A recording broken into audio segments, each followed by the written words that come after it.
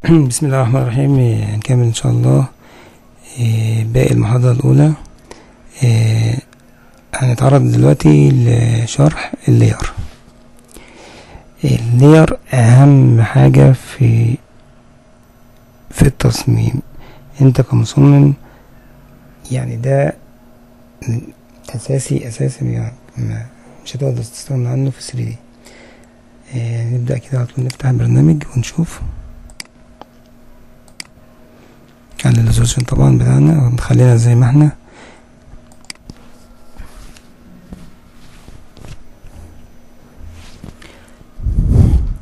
قائمة بروجكت دايما برضو بتكون عندك، لو الفرض انت قفلتها دوس على F4 تظهر تاني. طيب هنتعرض طبعا دلوقتي لللاير الخاص بالريليف. عندنا برضو هنا في الفيكتورز برضو عندك لايرات ممكن تستخدمها عادي. ممكن تختار لون لرسم الخط نفسه على لاير معين عشان تبقى عارف. في واجهة 2D انا واقف هنا على اللاير التاني. لو انا واقف هنا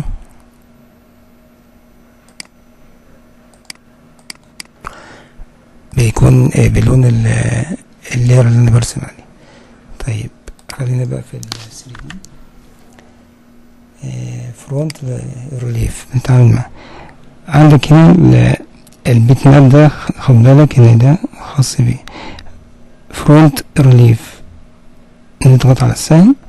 اول لاير عندك اساسيه اللي هي ريليف لاير، ما تقدرش تحذفها، هتلاقي اصلا دول مش موجودين. طيب لو انا مثلا عملت دايره ان كان وعملت مستطيل ان كانت الابعاد، احنا بنطبق بس ماشي. دلوقتي انا عايز اعمل الدايره دي 3D. طبعا عندنا ادوات انشاء الريليف، شيب اديتور، يا اما ادوس F12. لازم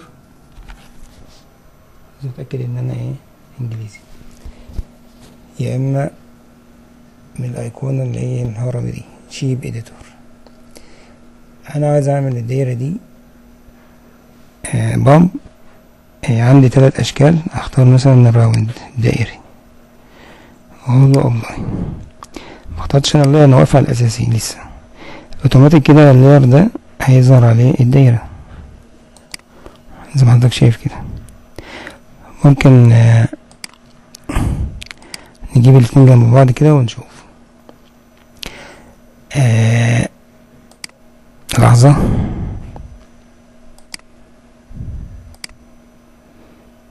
اظبط بس اعدادات البرنامج عشان بحب الواجهة تكون ظاهرة كده. تمام، انا عملت دلوقتي هنا اللاير ده عليه دايرة. طب فرضا مثلا عايز اعمل المستطيل، بس المرة ده هيبقى هرمي. هفتح برضو شيب اديتور.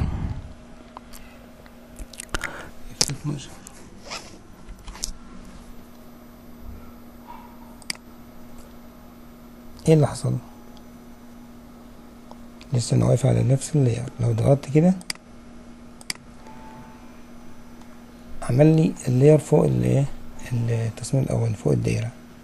طب هل انا اقدر اتحكم فيه؟ لا طبعا. طيب اقدر اتحكم فيه ازاي؟ لما يكون فيه 2 لاير، علشان ده يبقى لوحده. عاوز اقلل المقاس، اطلعه، اعمل له علاقات، دمج، اضافه كده زي ما نشوف دلوقتي. طيب انا لو دخلت مثلا عملت تعديل على 3D اللي هو الكوب القطر ده،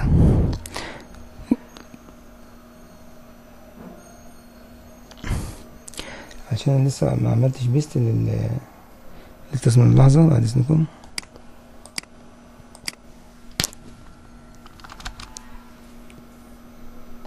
كده انا عملت له بيست.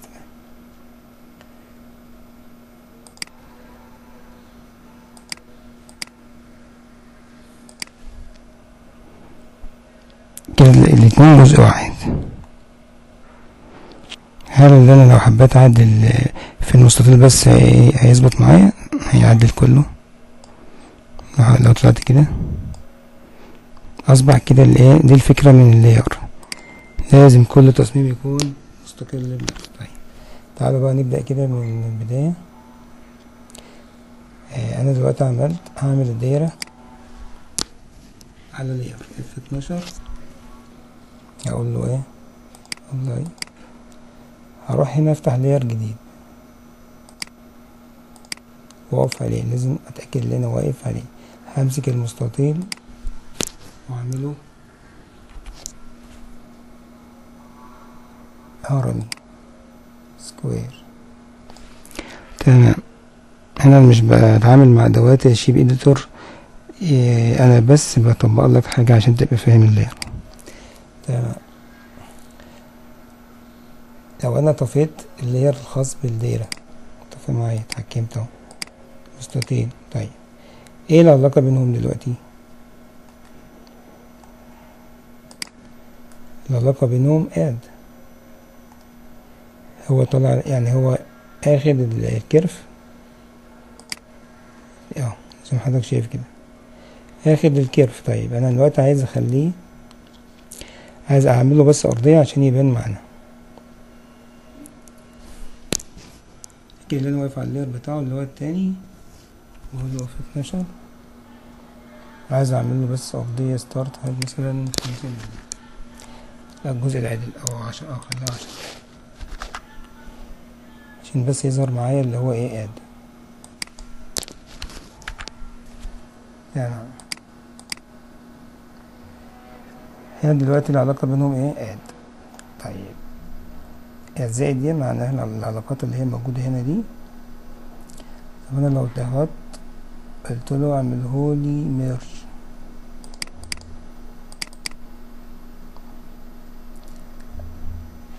اتعمل مع بعضه، دمج مع بعض الاتنين مع بعض، اخد حسب الجزء ده. طيب في حاجة اسمها ميرج لو،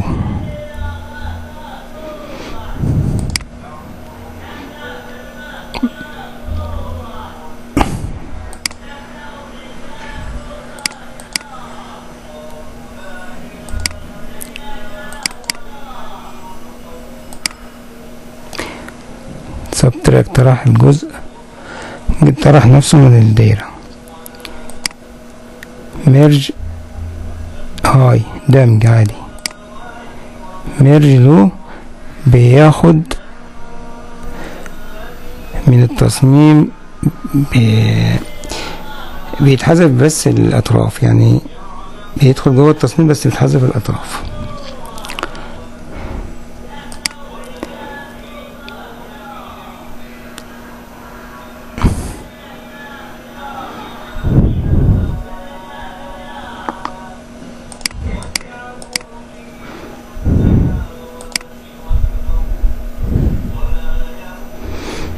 زي ما حضرتك شايف كده الايه العلاقات بين اللاير.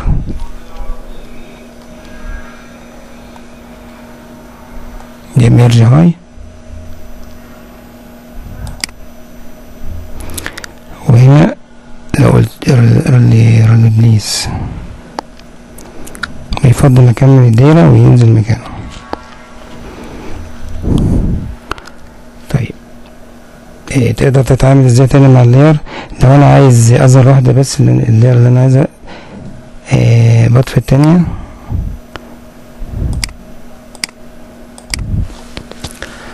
لو عايز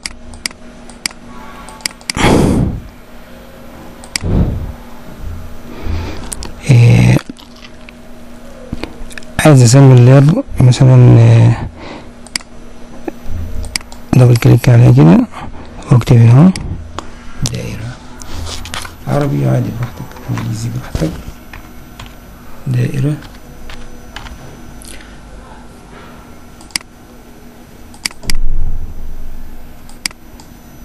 مستطيل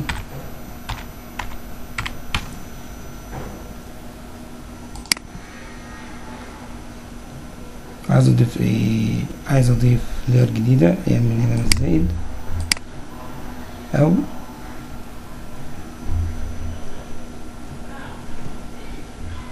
من هنا طب لو انا عايز بقى بشتغل مثلا في تصميم كبير وعايز اعمل جروب للير هتدخل جواها لير تانية، يعني هي اللير الاساسية بس جواها لير تانية، ممكن اعمل من هنا نيو ريليف للير جروب اللي هو ده، وافتح السهم وابدأ برضو من الزائد اضيف. العلاقات زي ما احنا قلنا، انت عايز الشكل ده يدخل جوه يعمل دمج ولا اضافة اد ولا سبتراكت طرح على حسب، بس هما غالبا الاضافة الاد والميرج هاي هما دول بنستخدمهم بصفة دايمة. هنكمل مع بعض يا جماعة جزء اللير. طبعا قلنا هنرسم اول حاجة دايرة على ايه، على اللير الاولانية الاساسية. هنعمل ستارت هايد عشان لما نيجي نعمل العلاقات يبقى واضحة اكتر. طيب اللير التانية نعمل لير جديدة نقف عليها ونرسم المستطيل في 12 شيب اديتور. هعمل المرة دي شكل ايه هرمي عشان يبقى ظاهر، واديله برضو ايه ارتفاع ارضية كده.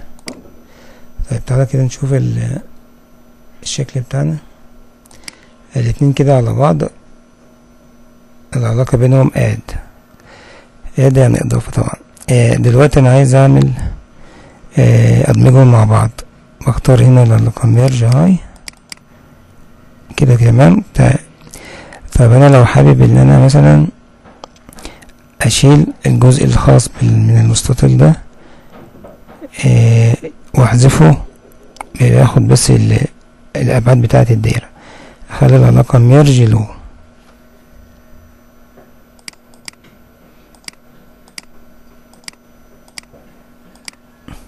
ميرج له، هيبقى بالشكل زي ما احنا شايفين كده. يعني حاجة جميلة جدا التصميم. لو انا عايز اعمل التصميم ده عملته بسرعة بدل ما اعمل اشكال واعمل جزء داير، يعني الموضوع بسيط وجميل. طيب لو انا عملت بقى نيو لير جديدة هنشوف بس الفرق. لو انا عملت التصميم من البداية وظهرت الفيكتور بتاعه وقلت له اعمل لي دايرة هنا على الغلاف اللي قدامي، قلت له ايه ابلاي، وعملت المستطيل على نفس اللير.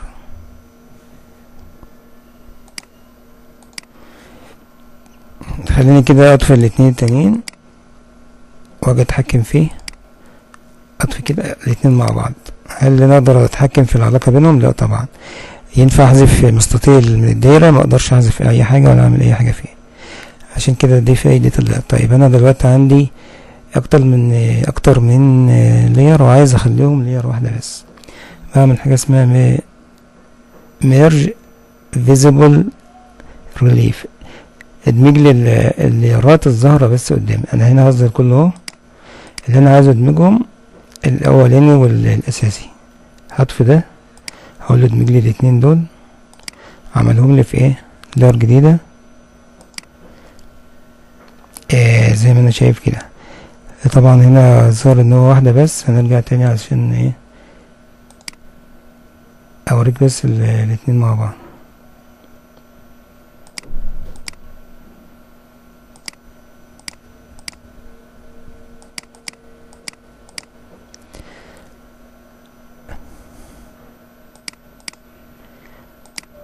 هنعمل ميرج للاتنين دول، هنعملهم لير واحدة عشان لما اجي احفظ التصميم يبقى موجود على اللير اللي في اسمها ايه ميرج لير دي. طيب انا دلوقتي خلصت وعايز احفظ التصميم بتاعي، بدوس على علامة سيف اللي هي اكسبورت دي واحفظها بريليف. لو انا عندي اصدار قديم احفظه بريليف ارتكان 9 ريليف، عشان احفظ بالتصميم عشان عندي 2018 عشان يبقى بنفس الجودة. وهسمي التصميم اي حاجة مثلا دايرة،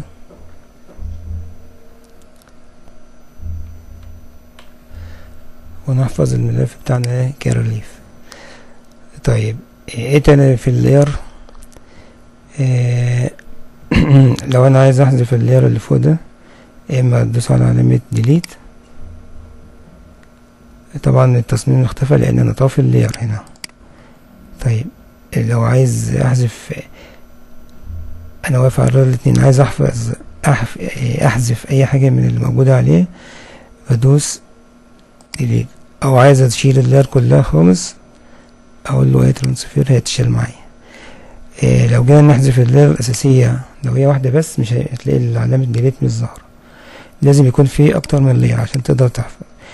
طيب في حاجة تانية في اللير، لو عندي لير هرسم مثلا تصميم معين هيتفرع منه مجموعة لير، هختار ايه؟ نيو ريليف لير جروب، يعني اقول له اعمل لي جروب للليرات ديت وابدا اتعامل معاها. ادوس على السهم بتاعها، هتلاقي الريليف الاساسي برضو زي الريليف التاني، هسميه مثلا ايه فرع. بغير هنا الاسم وادوس ابلاي، كده غيرت اسمي بتاعه. والعلاقة هنا اد، اقدر اظهرها من هنا، العلاقات كلها ايه على حسب، احنا ده غالبا بنستخدم اد وميرج هاي. طيب خلينا زي ما احنا كده ونعمل نجيب كده تصميم من بره import عشان نشوف هنعمل ايه عليه. انا واقف على الرف الاساسي اهو، انا مش عايز الدايره دي، اقول له ايه ديليت. هرسم مستطيل، المستطيل ده في اللير اللي جوه الفرع ده، وهقول له اعمله لي ايه دائري شويه عشان بامب، عشان نشوف الشكل بعد ما يبقى عليه.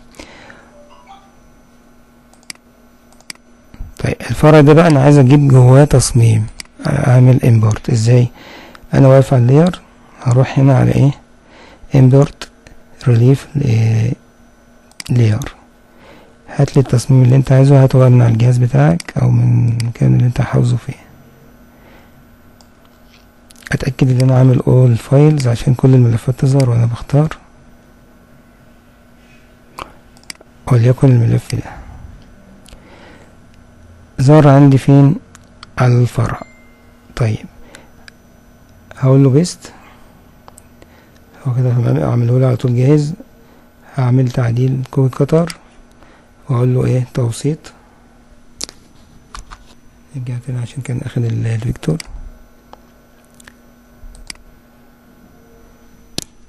F9. طيب هل هو ظاهر قدامي؟ لا طبعا، ليه؟ لان انا لسه ما عملتش العلاقة. هنا عامل العلاقة ايه ميرج، انا عايزه يظهر على التصميم التاني، فهقول له اد، اخليه لي اد. اول ما اعمل اد واقول له بيست، ظهر معايا. اشيل الفيكتور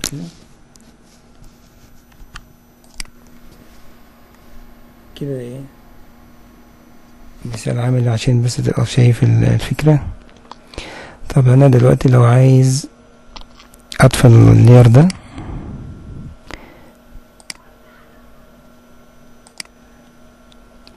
التصميم الاساسي اهو، والمستطيل مش هنا، مش في الفرع، المستطيل اللي انا كنت عامله في الريليف الاساسي اللي هو مش خاص بالجروب.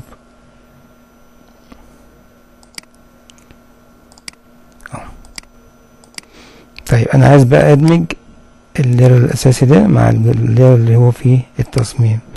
اطفي مين؟ اطفي الفرع، هيظهر قدامي الاتنين دول بس، اقول له ميرج، هيجيبهم لي في ايه لير واحده مدمجه اهي. افتح كده وشغال طيب ايه تاني في الريليف؟ دول بس المهمين. ان شاء الله نطبق ونكمل بقى المحاضرة التانية، ادوات ال 3D الانشاء والتعديل، ونتعرض لهم واحنا شغالين. الجزء الخاص بالتصميم هنبدأ ان شاء الله بعد ما نتأكد ان انت تكون مشيت وقدرت تعمل كل الخطوات دي، علشان التصميم محتاج شغل وجهد كبير وممارسة. تحياتي واشوفكم ان شاء الله المحاضرة الجاية، والسلام عليكم ورحمة الله وبركاته. بعتذر طبعا لان انا تعبان، صوتي مش واضح، بس ان شاء الله المحاضرة الجاية هيبقى احسن. هسيب لكم ان شاء الله الفيديوهات على القناة، وتتابعوني على الجروبات وعلى الجروب الخاص بالكورس، وهبقى اسيب لكم برضو اللينك القناة بصفة عامة للناس اللي مش هتشترك معانا على الجروب الخاص بالمجموعة بتاعتنا ان شاء الله. السلام عليكم ورحمة الله وبركاته.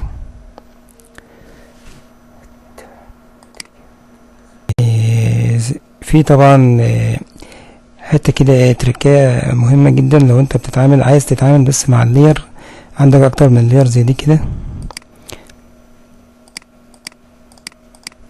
عايز بس اتعامل مع اللير اللي انا اتعامل معاه والباقي كله يطفيه. طريقة مهمة يعني حاجة بسيطة، ممكن بدل ما اقعد اتقل على كل واحدة كده بختار بس اللير اللي انا عايز اشتغل عليه، وليكن مثلا اللي هو التصميم ده، بقف عليه كده واقول له ايه كليك يمين، ضغط كده على علامة المصباح ده ايه، اصبح الوقت ان هو يعني انا واقف هنا في اللير بتاع الجروب، فهو طفالي الفرع وشغل لي بس ايه ده. طيب انا لو على الاساسي، لو انا على الاساس اللي محتاج اختار اللير الاساسية اقول له ايه كليك يمين عليها كده، فاضية طبعا.